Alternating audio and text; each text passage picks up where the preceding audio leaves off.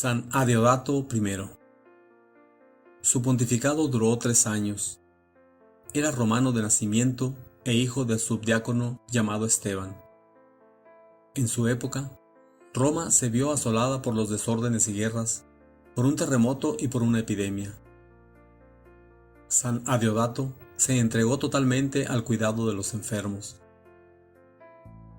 El Martirologio romano menciona el hecho de que una vez curó a un leproso al besarle las heridas. Según se dice, fue el primer papa en usar los sellos de plomo llamados bullae, nombre que se da actualmente a ciertos documentos pontificios. El papa Adeodato I, o Deusdedit, fue pontífice en un momento en que se empezaba a sentir cada vez más claro y fuerte el sentimiento de intolerancia y de independencia hacia el poder bizantino. Hubo levantamientos en Rávena, en Nápoles y en la misma Roma. Los territorios gobernados por los lombardos, por lo contrario, gozaban de cierta tranquilidad. Pocas son las noticias históricas.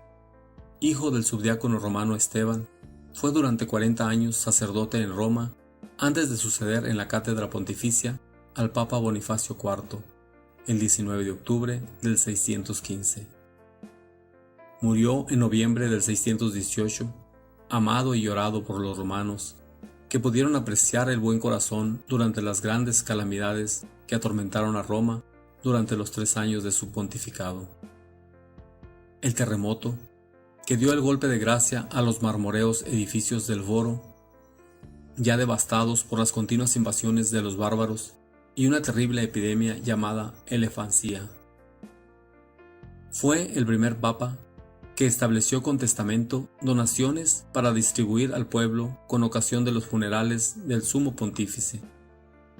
En Roma, el papa no solo era el obispo y el pastor espiritual, sino también el guía civil, el juez, el supremo magistrado, el que garantizaba el orden.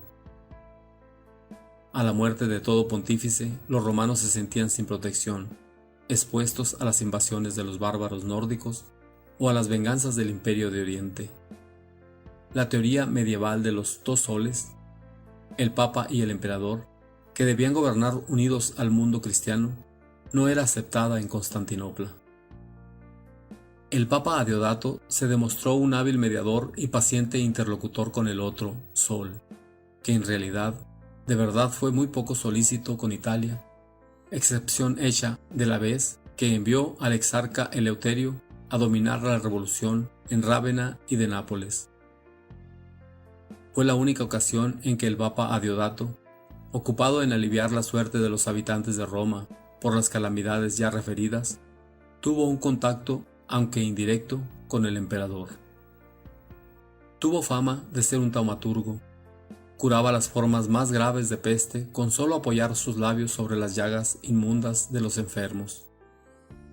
Baronio pone en el Martirologio romano un episodio que confirma la fama de santidad que rodeaba al venerable pontífice, dado por Dios, como dice la etimología del nombre, como guía de los cristianos en una época tan atormentada.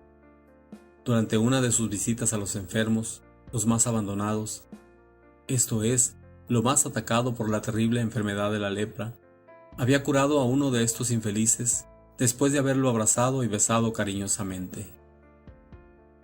El Liber Pontificalis, recordando 2 hechos de su pontificado, afirma que Adeodato amó mucho a su clero, al que defendió respecto del clero monástico o regular, privilegiado desde cuando Gregorio Magno les había confiado a los monjes importantes cargos en el apostolado misionero y en la misma organización eclesial. El segundo hecho se refiere a la facultad de celebrar una segunda misa el mismo día. Binación. De él se conoce el sello de plomo con el que solía marcar los documentos oficiales. El buen pastor entre las ovejas y los símbolos cristológicos de Alfa y Omega. Fue el primero que lo usó. Su forma es redonda, grande como una moneda, y en latín se llama bulla, de la que deriva bula. Dejó un regalo de plata a cada clérigo presente en sus funerales. Dios te bendiga.